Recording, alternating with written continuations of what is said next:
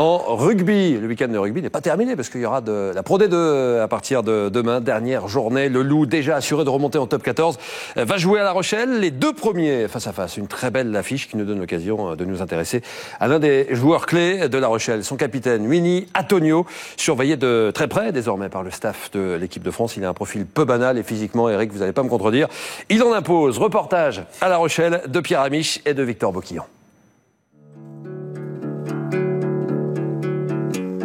Un physique que seules les îles du Pacifique savent façonner, un gabarit exceptionnel qui prête à tous les superlatifs. Winnie Antonio, le néo-zélandais, est tout simplement un joueur hors norme. C'est un gentil géant, quand on joue avec lui et qu'on le côtoie tous les jours dans les vestiaires. Quand je l'ai vu arriver, j'ai dit à Patrice, mais il est énorme, il ne peut pas se déplacer. Si son mètre 95 et ses 145 kilos sont forcément une arme de poids, naître et grandir au pays du rugby en est une autre, un pilier droit aux qualités techniques à faire pâlir d'envie les arrières. Il est très intelligent dans le jeu, il a des gestes de trois quarts, capable de tout faire, des passes sur un pas, des passes volleyées, des chistés. Je crois que j'ai le même avis que tout le monde, il est spectaculaire. Il fait pas que plus de 140 kilos, il est aussi grand, il se déplace, il a de l'explosivité. Un physique et un style hors du commun, mais aussi une histoire totalement atypique. Il croise au hasard d'un tournoi asiatique la route de Patrice Colazo, fraîchement retraité, mais pas encore entraîneur. J'ai joué un tournoi de 10 en Hong Kong. Et j'étais joué contre Colazo. Il était très jeune, il avait 19 ans je crois à l'époque. Après je me suis dit, si un jour j'entraîne une équipe pro, c'est un joueur que j'irai chercher. Je l'ai contacté par l'intermédiaire de certaines personnes parce que c'était compliqué, j'avais pas le nom, j'avais pas le club. Et après il m'a demandé si j'ai vu jouer en France. Partir à l'autre bout du monde, pas de souci. Poser ses valises en France, aucun problème. Enfin, à un détail près.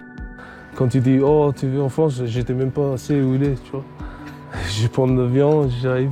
Après 60 matchs en 2 ans et des charges de pachyderme dans toutes les défenses de Pro D2, Antonio finit par taper dans l'œil des plus grands.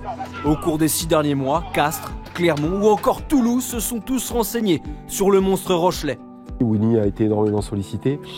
Il a choisi de rester au club. Parce que si je signe pour notre club, j'ai fait un match de pas bien.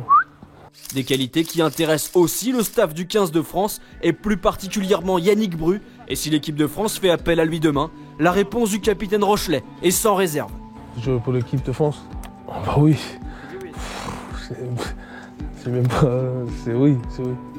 Le rêve d'un maillot bleu qui pourrait devenir réalité, Winnie Antonio serait éligible pour le 15 de France en juillet 2014, 2 semaines après le dernier match du 15 de France en Australie, et à seulement 15 mois d'une Coupe du Monde qui pourrait lui tendre les bras.